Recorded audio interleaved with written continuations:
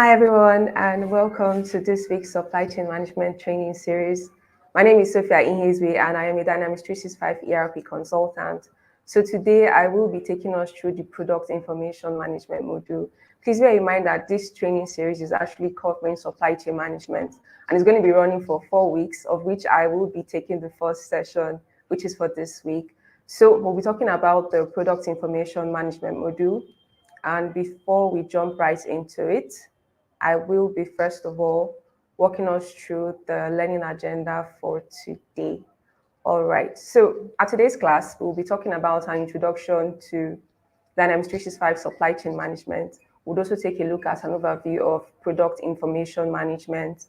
We'll also look at product types and product subtypes. We'll also be looking at product master and product variants. And then we would create a product, talking about the product creation and concept of release products. We would also look at product dimensions, storage dimensions, and finally, tracking dimensions. So let's start. So first of all, what is Dynamics 365 supply chain management?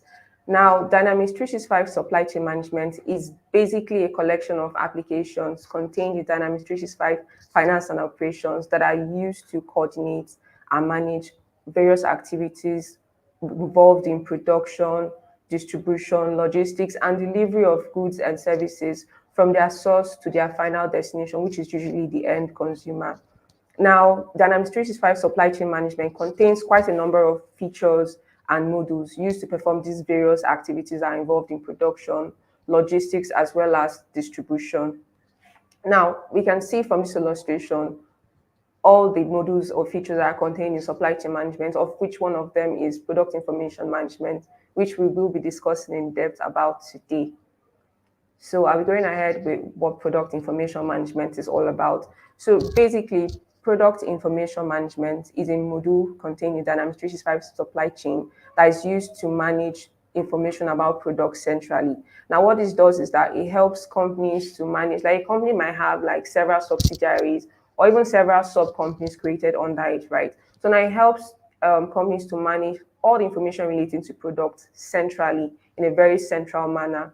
And then we can see what are the benefits that we can even derive from even making use of product information management. We see that it offers a centralized view of our product data across all companies and all legal entities. We can also use it to manage our variants as well.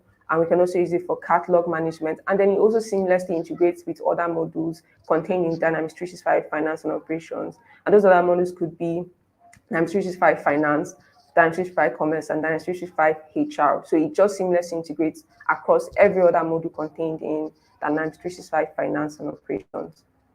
All right, so we will be talking about the product types and the product subtypes that are contained in supply chain management. Now we have two product types. We have the product type of item, which is usually used whenever a product has a physical nature, right? This means that this product is going to be tracked in a company's inventory process, a physical product that you can actually touch and will be stored, and tracked in a company's inventory process. Now, an example of this product can be from furniture, can be from apparel, like clothing, it could be shoes, it could be whatever the company is manufacturing, whatever raw goods that they receive from their suppliers or vendors. Basically, products that have physical nature. We also have the product subtype of service. Now, this is used where the product does not have a physical nature. Now, a company could be specializing in offering delivery services or even maintenance services. For instance, a plumbing company, right? You know that they do not offer a physical product, but what they do is they offer, plumbing services. So when you have a product type in that category, you make use of the product type of service. Now, for product subtypes, we have product subtype of product. And this is usually used when the product is a standalone product, meaning that this product is just a single product, that it doesn't have like multiple variants or multiple forms, right? For instance, like a crate of egg.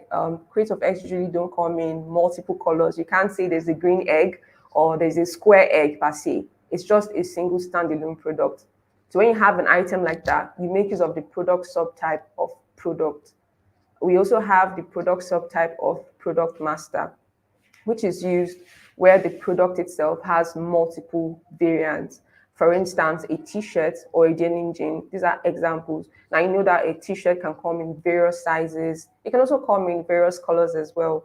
The same thing goes for the denim jeans. And this is where we make use of the product subtype product master, because that way we're able to assign product dimensions to it, which can be used to create the variants, which are the multiple, versions of that product.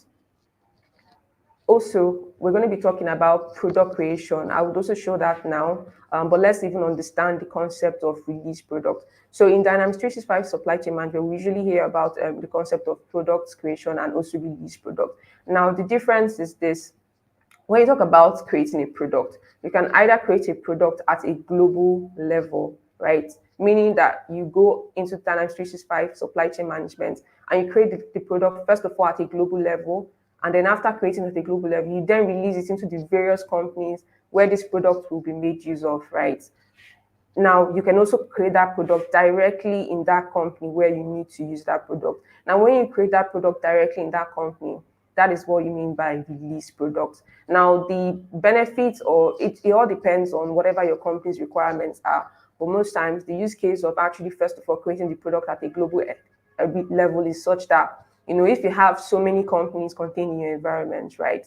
And okay, you just want to use this product only as company A and company B. Instead of having to, go and create the product first in company B, then you go later and create the product in company A. You can easily create that product at a global level. And then after which you can then release the product into as many companies as you would want to, right? So that is the concept of product creation and release product. So I'm going to be showing you now on my environment how we can, create this release product as well as creating a product at a global level. Okay, so now we are in my Dynamics 365 Finance and Operations environment. And just as I mentioned earlier, this environment has several companies in it. You can see the list of companies that we have in it. So these are the various companies containing this environment. So now if I created a product at a global level, you will find out that that product does not exist in any of these companies until I finally release that product into the selected company that I want this product to be made use of. So now let's do this process. So we navigate to modules, click on modules, and then drop down and select product information management. I click on product information management. Then I go to all products and product masters under products, right? Now I click on the new button. And then you see what I explained earlier, where we have the product type of item and also the product type of service. But I'll be selecting item because the product we're creating is actually a physical product. And then you have the product subtype of product or product master. But I'll be selecting product. We'll talk about product master as we move ahead with the training class. So now I'll assign a product number. I'll use 1007. Let me assign that as my product number. Then I enter the name of my product. Let me call it sneakers. Sneaker. Okay. All right, so that's my product. Then I'll click on OK to create the product. All right. So now if I navigate, the product has been created. As you can see, it has a product number assigned to it. This is the product created, but it's only created at a global level, right? So if I navigate back to my modules and go to release products, and I search using the search name filter, I just want to say this release product now is for this company, USMF, and I search for sneaker. Okay, and I apply. I found out that I can't find my product here. That's because that product has only been created at a global level. I need to go and release that product into my company, USMF, right? So let's navigate back to, we're still on product information management. As we can see, then we navigate to under products, all products and product master. And then we search. If you know the product number, you can also search for the product number, but it's easier to search using the product search name. So I search for sneaker. All right, so this is my product and I select it.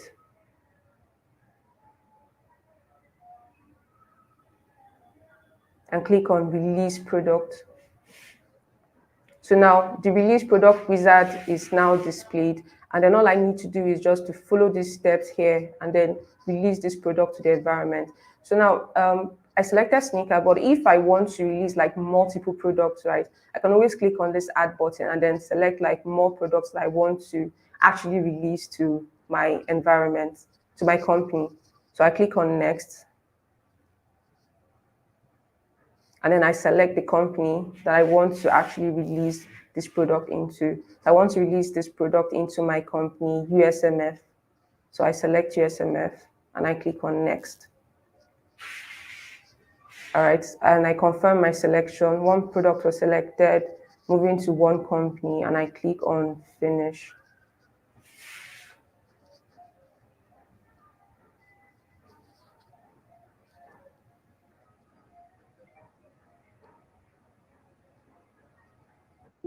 Right now. So now I navigate back to my released product.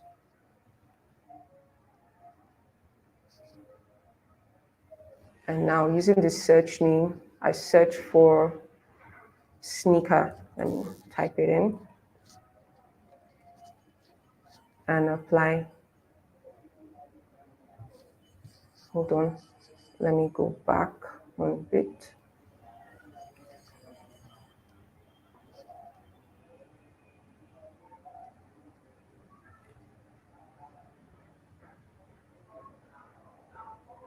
Search. Yeah, we can see my product here already, but let's just use the search sneaker and apply. All right, so now we can see that my product sneaker has now been released into this company, USMF.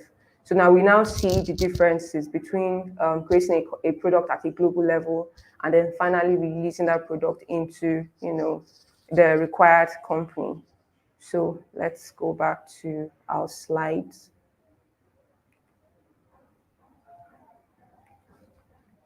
Okay. So moving on. Now we're going to be talking about product dimensions. Now, you remember that I mentioned we have the product subtype of product master, where you can, define various different variations of a product. Now, in order to create those variations, right, you need to assign a product dimension. So basically, a product dimension allows you to be able to create different colors, different sizes, and different configuration values for product.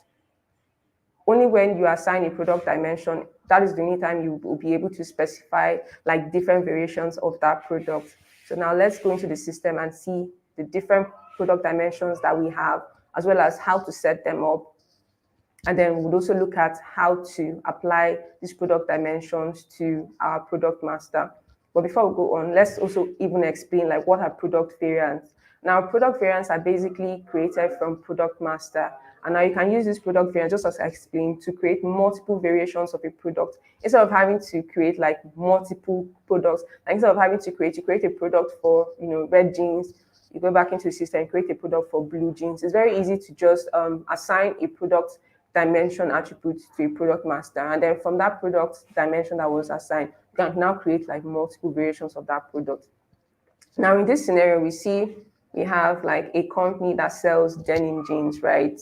And the jeans are sold in like 3 different colors as well as 6 different sizes. Now, the colors are blue, black, and brown. We also have sizes extra small, small, medium, large, and extra large, as well as extra, extra large. Now, in this table, we can see the 9 product variant combinations that were produced by making use of the defined product dimensions, which were color and size. We see that we have the blue denim in extra small, we have the blue denim in small, we also have the blue denim in medium, we have the black denim in medium, we have the black denim in large, and we have the black denim in extra large. So these are the 9 product variant combinations that were derived by using the color dimensions, the product dimensions that were specified, right? So now let's go into the system, the application, and see how to, create a product master, and also look at the product dimension that we have in the system and how to also set that up, and then finally also create a product variant. So let's look at this now.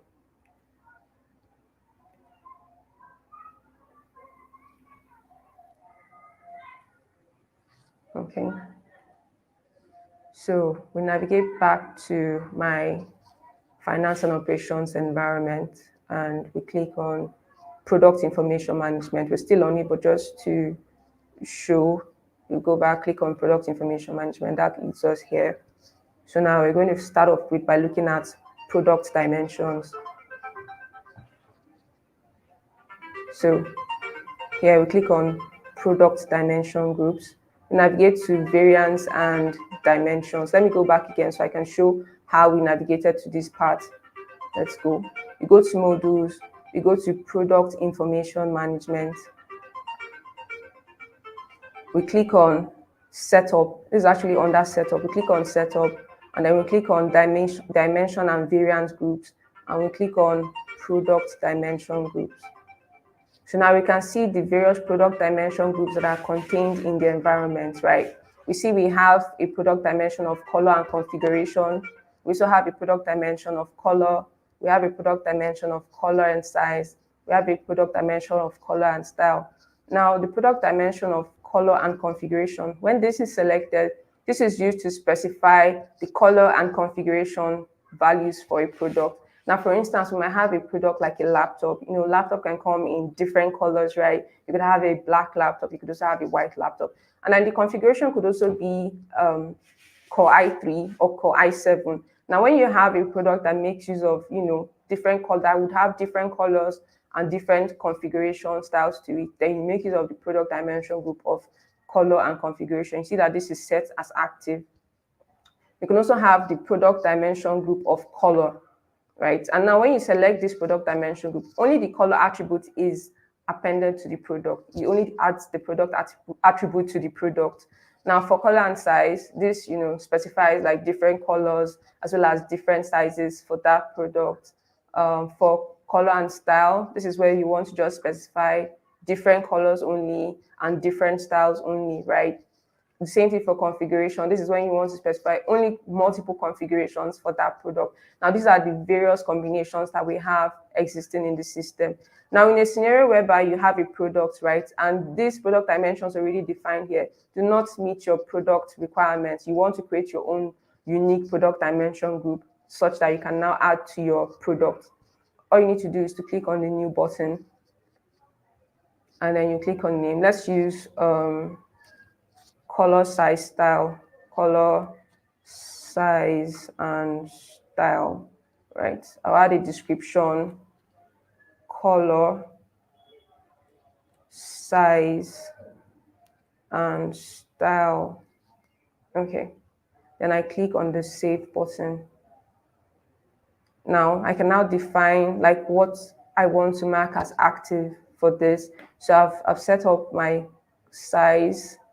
I'll deactivate configuration. So I just want this product dimension to take up the size, the color, and the style attributes, right?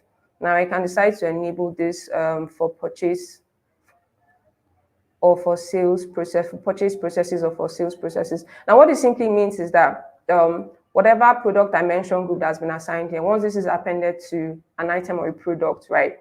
That product, when you enable this for purchase and for purchase sales, that product would be when creating a trade agreement, right? These attributes defined will be applied to that product. But we won't be talking about trade agreements at this session, right? We'll have that in future sessions, right? We're more focusing now on product information management. And this is where how you create a product dimension group. So now I'll be navigating back to the product information management module so we can create a product master and then apply a product dimension group to it, as well as also create like multiple variations of that product. So let's go to new, click on the new button. And then we're still creating a product type of item. And then now we're creating a product master because we want to assign like multiple variations to that product. So I'll add the product number 1008, right? And then my product name, let's say round neck t-shirt.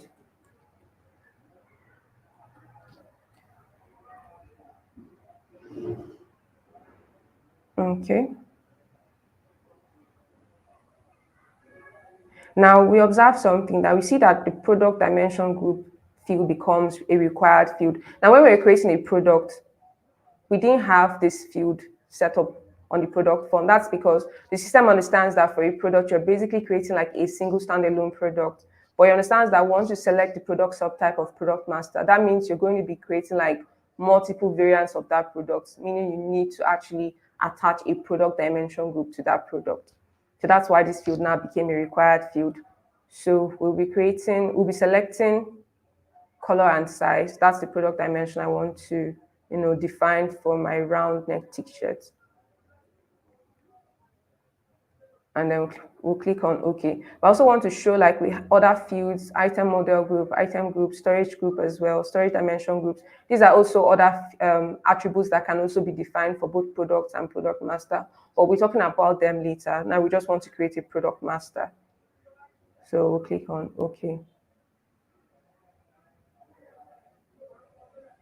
And now we have my round neck t-shirt created. So that product dimensions that I specified, which is for color and for size, I will now need to create like what are the colors I want to see, right? And what are the sizes that I want for this product round neck t-shirt. So I click on product dimensions here under product master. Click on product dimensions. And then I go and specify the sizes that I want to see for this round neck polo. You see that we have product dimension of sizes and colors specified here, but I just need to indicate like what are the various sizes that I want to see for this round neck polo. So I click on the new button and then I click enter small. I want to see a small size round neck polo, small. I click on new. Also want to create a size for medium. Then I want to also create a size for large. Yeah.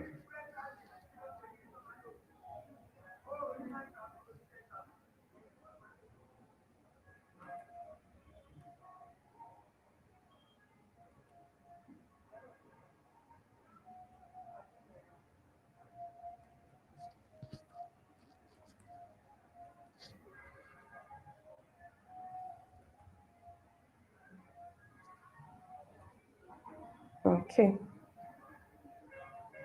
I've selected large.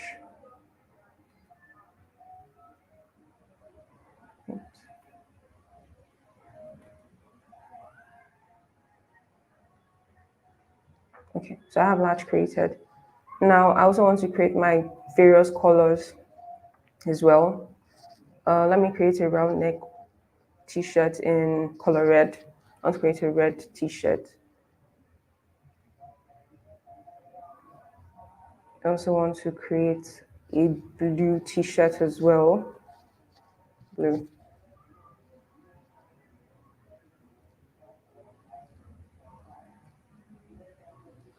I also want to create a white t-shirt as well. Okay, white. So now we have the various colors that I want to create for my round neck t-shirt. I have the red, the blue, and the white colors specified for my t-shirt. I also have the sizes small, medium, and large also created for my t-shirt as well. All right, so now I'll navigate back to my product form, still on the round neck t-shirt. And I want to create the multiple variations of that product using the product dimensions that I have already specified. So I'll click on the released product variant. And then I see that, okay, I don't have any variants already, but that is what I want to create now. So you see here that says variant suggestions. I just click on this.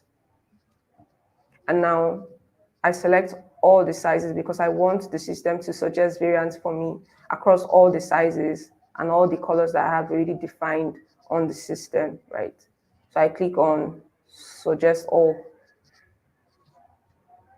And then I find out that all the different variant combinations have been suggested by the system. You see that I have the round neck t-shirt in blue, large. I also have the round neck t-shirt in red, large. I have the round neck t-shirt in the white color and in the large size. So if I want to create like all of this product variations, I can quickly click on the create button, or I could select like specific, okay, I only want in my t-shirt collection to just have like to be in the sizes of large and red color, or to be in the sizes of large and white color. I can actually select like the variants I actually want my products to be created in.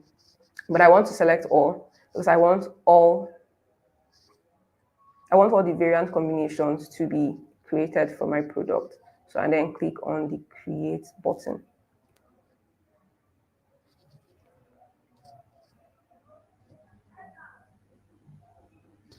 And I will see that all my product variations have been created. And these are the steps that we follow, to first create and set up a product dimension, and then create a product master, and then finally, assign a variant, create like product variations of that product master. All right, so let's check if we have like, comments or questions at this point in time from our users or our viewers rather. Okay, so I don't see any questions yet, but please feel free to stop me any point of the way. Like, it's a live stream, so you can add your comments in the comment section and I'll be available to answer them, and explain more as we progress in the training session. So please feel free, just drop your comments and I would answer each and every one of them. All right, so let's go back to our slides. Okay, so we've taken a look at product variations. Now let's move to storage dimensions. Now we have created our product, right? And it's a physical product. So we need to also like, where are we going to store this product, or how is product even going to be stored? Now that is what storage dimension is all about. It's just a means of, appending attributes as to how and where the product itself will be stored, right? So we have like storage dimensions of site, warehouse, location, inventory status, and license plate. These are the storage dimensions all contained in Dynamics 365 Supply Chain Management. So let's go into our application and see how to set these storage dimensions, and also even discuss in details about each of these storage dimensions that we have. So I'll be navigating back to my Dynamics 365 environment.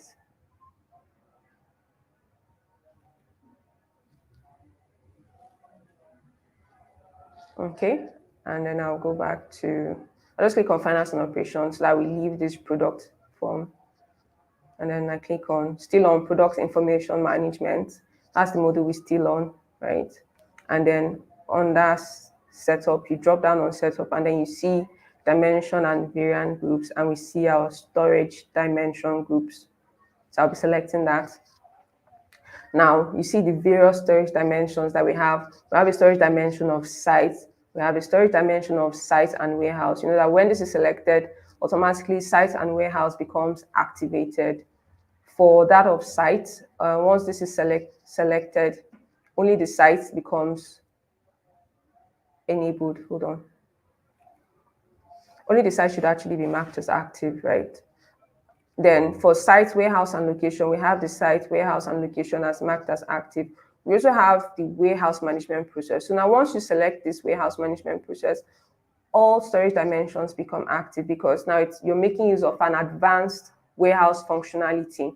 You have both the inventory status and the license, but these two storage dimensions are actually only used when the advanced warehouse management process is selected. And that advanced warehouse process it's a module on its own entirely. And these are used for companies that have very large warehouses and receive goods from multiple suppliers. An instance of a very large warehouse would be Amazon. You know that they have numerous suppliers and numerous inventory of goods coming in. So a company like that would definitely be making use of the warehouse management process, because this would effectively manage that very large inventory process. But the commonly used storage dimensions are usually site and warehouse, or site, warehouse, and location. Now, when you select a storage dimension of the attribute of site, you know that for site, this is basically the top level of where the product itself would be stored. And for instance, this could be the production site, right? So you want your goods to be at the production site. That is the top level. Now, if you also like after you produce your goods at the production site, you also have the goods moving to a warehouse, right? Then you can also use the attribute of site and warehouse, specifying that okay, these goods can be stored at both the site, production site, and also at the warehouse. And if you also have like a specific location too as well, where your product would also be stored, you can also specify for both sites, warehouse, and location. Now, we're going to be talking about the settings, the various settings, contained in the storage dimensions. Now we see when you select the storage dimension, automatically the selected storage dimension configuration is marked as active. Then for the blank receipts column, this means that, for instance, a company that receives goods like raw material goods, after which they produce this, they mix this into a finished product. Now, when those raw materials are coming in or those goods are coming in, it can be received without specifying like what site or what warehouse should it be placed in. When you enable that, the system allows you to go ahead and complete that inventory process without even specifying what site or what warehouse or what location this will be moving to. Now, for the blank issue, this is companies that are moving out goods from their for their production site, from their warehouse, and sending it to their destination, which could be the consumer. Now, if you're going to be issuing, you don't need to specify what warehouse or what site these goods are actually coming from. If you activate this, then the system would proceed with the inventory process, even if you do not enter an actual site or warehouse where this is being issued from. Now, for physical inventory, of course, whenever you select any storage dimension group, automatically the physical inventory will be selected because the system understands that this is actually a physical product. Only physical products can actually be attributed to storage dimension because you can only store physical products. Now, for financial inventory, this is used whereby these storage dimensions would also be involved in financial processes. Every financial processes involving inventory, these storage dimensions will be used for that good that it has been selected on. It will be used for those goods. Then we have coverage plan. There's something called master planning. That's another module on its own too, a separate module, right? So when you select this would be used, this storage dimension will be used for master planning for whatever product that this storage dimension has actually been selected for, right? We also have for purchase sales and for sales purchases as well. And these all refer to something called trade agreements, but we'll be discussing that in subsequent classes, right? So whenever this is selected, we know that these dimensions are used for that product when those products are actually used in trade agreements. We also have beneath, we have something called warehouse specific setup as mandatory. Now, once you toggle this button to mandatory, what this means is that you need to always specify a warehouse whenever that goods is coming in, right? It means that whatever product that you have, as long as you've enabled storage dimension for that product, the warehouse needs to be specified on the purchase order or any transaction involving that product. As long as you've specified that, okay, this product will be using this storage dimension group, and then you selected this warehouse specific setup as mandatory, right? So this use warehouse management process, this attributes to making use of the advanced warehouse management functionality for that product. Like if you select a storage dimension group and then you toggle this, right, this automatically ensures that that product follows the advanced warehouse storage dimension process.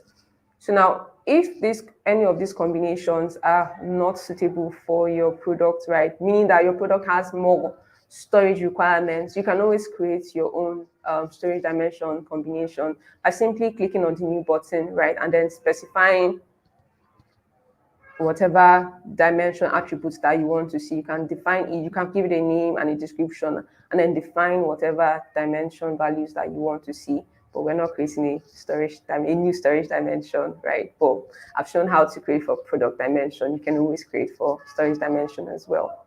All right, so let's go back to our slides and also check if we have like questions from our viewers as well.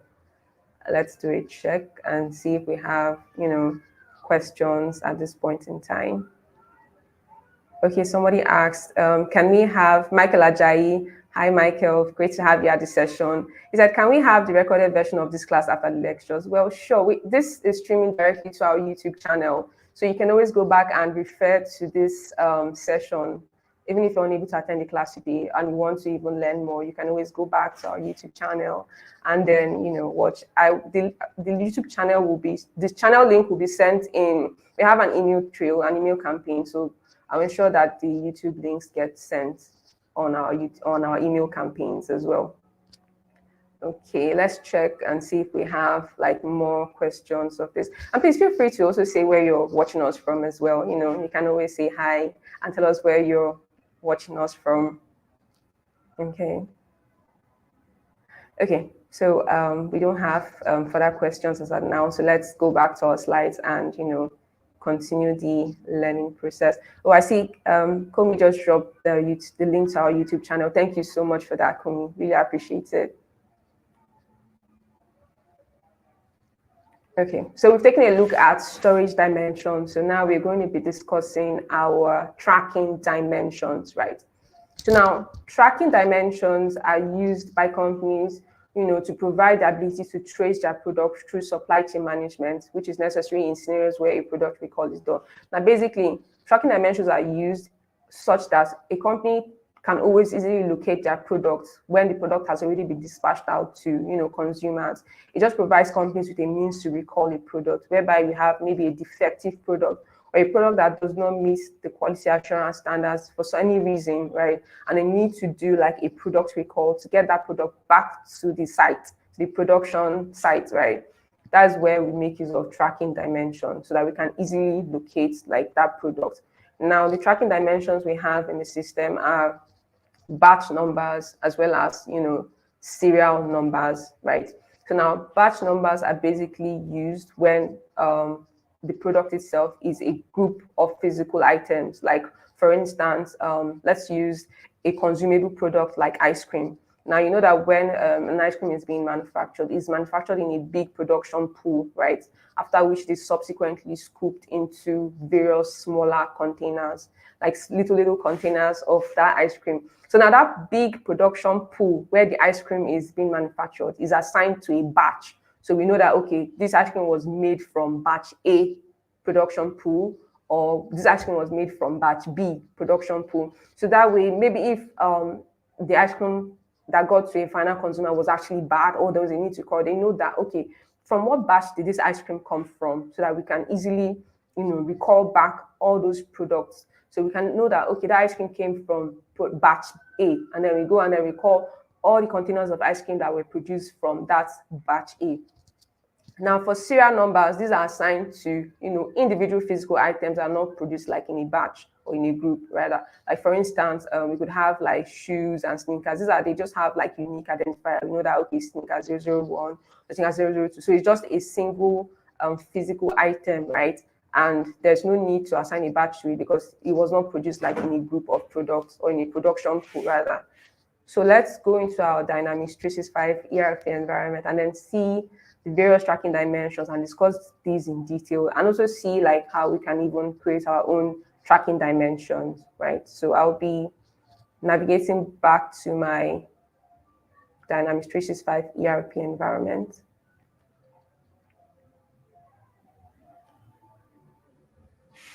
Okay, so, and I'll go back, click on finance and operations, just so we can leave the storage dimension page. Then I click on my modules and drop down just to show you that we're still on product information management. You can see we're still on product information management. And then we go to our setup, scroll down to where we have dimension and variance group. And then we select our tracking dimension groups. All right. So now we can see the various tracking dimensions that are existing in the system. And these are like combinations of, different tracking dimensions. You can see batch physical inventory. You can see batch and serial. Now, when this batch and serial is selected, this means that for your product, right, you're going to append a batch number and a serial number. And now once you activate this batch and serial number tracking dimension group, it means that if you do not specify a batch number and a serial number for that product during the inventory process, the system is going to return back a failed value, right? It's not going to allow you to complete that inventory process because you've not added a batch number and a serial number, because it now understands that, okay, you're making use of these two dimension groups. We also have for none, in case you do not want to even make use of any tracking dimension group. We also have for owner. Now, this owner tracking dimension group is used in scenarios whereby the goods itself are now sitting in the company's warehouse, but the company has not registered that goods yet. It's just like the supplier has dropped the goods at the company's warehouse, but the company has not like registered. They've not acknowledged that they have received it in their inventory process. So those goods still bear the owner's tracking number and serial number. They don't take on the where the goods were supplied to. They don't take on the tracking dimensions of the company itself. It's until the company has now registered these goods, and have accepted the goods by registering them. That's when you can now take off the tracking dimension of owner. Now, why this owner tracking dimension is very important is such that maybe the company decided to like take a closer look, even inspect the products that have actually been, delivered to their production site, like raw goods, for instance. And they find out that some of these raw goods are very defective. Now, it's very easy to know that, okay, from the owner tracking dimension, these goods have not yet been accepted by our company. So they can easily send these goods back to the vendor without any hassle. And they know what vendor supplied that because it's bearing the owner tracking dimensions, right? And these are used in consignment warehouses because they are not delivered to the company's actual warehouse. There's something called consignment warehouses where these owner tracking dimensions, these goods with the owner tracking dimensions are actually sent to, right? But this is more, will be discussed more in future classes, all about the warehouse. We talked about more in subsequent training classes. So we also have the tracking dimension group of serial. Now, when this is selected, only a serial number is assigned to the product, right? And then let's look at the settings that are, contained in the tracking dimension. We have something called the serial number control. Now, what this means is that you selected the tracking dimension of serial number, right, for your item, and then you now you toggle the serial number control. What this does is that for that item, there will only be one unique serial number assigned to every item that is being tracked under the tracking dimension group of serial, right? You won't have something like two products having the same serial number. So this just helps to prevent duplication of serial numbers across items. And actually, this is even best practice. It's best practice for you to toggle this to yes, because usually companies don't produce goods having duplicated serial numbers because it would be very cumbersome for them to even track it in case of a product recall. So this is best practice to toggle this on when you're creating the product. So you need to specify that there will be a serial number control, especially when you're making use of the serial number tracking dimensions. Now, every other thing here, register serials before consumption, just means that, okay, when you toggle this on, it means that before the goods actually move to their end consumer, you must register the serial number.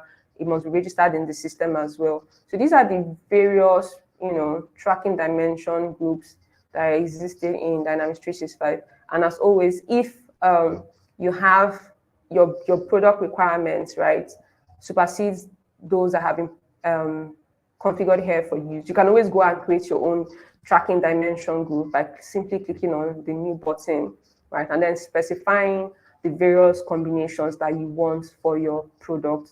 Yeah, but we will not be creating a new tracking dimension group. But the process is actually a very seamless one, just like we did for product dimensions. You just enter the name, and then you enter the description, and then you select what you want to see for your tracking dimensions. And then just as I explained, all these settings here all specified to, like, if you select this is currently on serial number and you enable blank receive, means that, okay, the goods can be received even if you do not append a serial number. Also, blank issue, the goods can be sent out even if you don't specify a serial number. But these are not best practice. So it's best practice to, you can see that for serial number that has been selected, you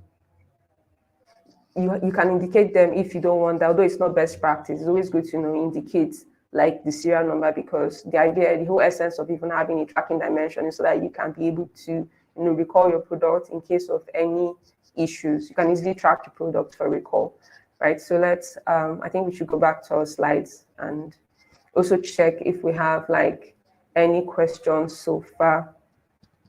Okay, I see we have Cynthia Falola watching us from Kaduna. Hi, Cynthia, it's so great to have you at the session. We also have Libby doing a thumbs up. Thank you, Libby. We also have Cynthia asking if it would be great if we could have the recorded version. Yes, you can have the recorded version. Just like I explained earlier, this is being streamed directly to our YouTube channel as well as our LinkedIn page as well. So you can always go back to our YouTube channel and then watch not only this session, but also like various, we've had like series of trainings. And just like I said in the beginning, this training class is actually a 4-week training program for supply chain management. So we're just talking about product information management at this class, but we'll be having other classes for 4 weeks, still talking about in details the supply chain management. Okay. Someone said, can we have training on how to use batch and serial number? Okay, that would be done in subsequent trainings. Like when we get to we have a module called the inventory management, and that's a training on its own for supply chain maths as well. I think that would be in our 3rd training class or our 4th training class, but you get like notifications on that, right?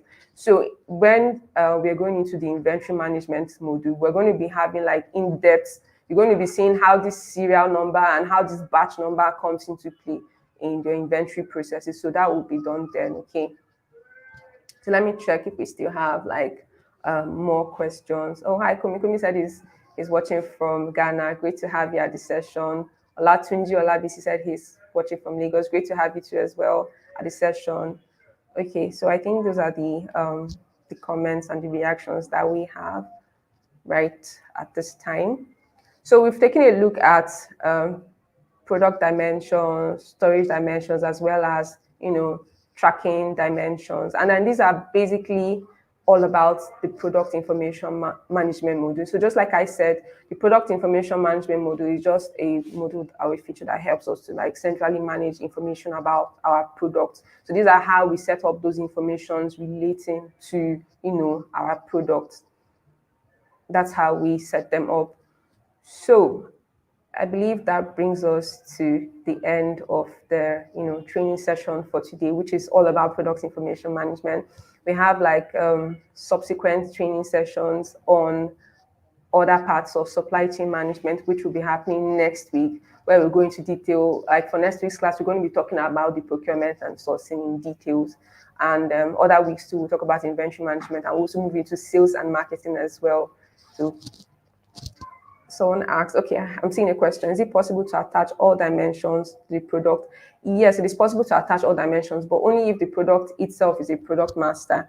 Now, for product dimensions, right, if you're creating just a standalone product, right, like a crate of egg, you know that eggs don't come in different colors. So definitely you wouldn't be assigning a product dimension to the eggs, because product dimension caters to color, size, and style. And your eggs come in one standard size and color, right? Like I think it's light brown, but just comes in a standard size. You understand what I mean? So you can assign a product dimension to a product, but you can assign storage dimensions and tracking dimensions to a product. So yes, it depends on what product subtype. If it is a product master, you can assign all the dimensions. But if it is a product of a product type product, you can only assign like storage dimensions and tracking dimensions as well. Okay, Michael says he's watching from Bauchi. Hi, Michael. Great to have you at session. Michael Ajayi, it's great to have you. So I believe those are the only questions I can see currently. I can't see any other questions. So I would be ending it here for today's class, but please join us next week. Like we have a whole lot packed. Join us next week for the continuation of the training series for supply chain management, module. All right. So thank you so much for joining, and do have an awesome Saturday. Bye.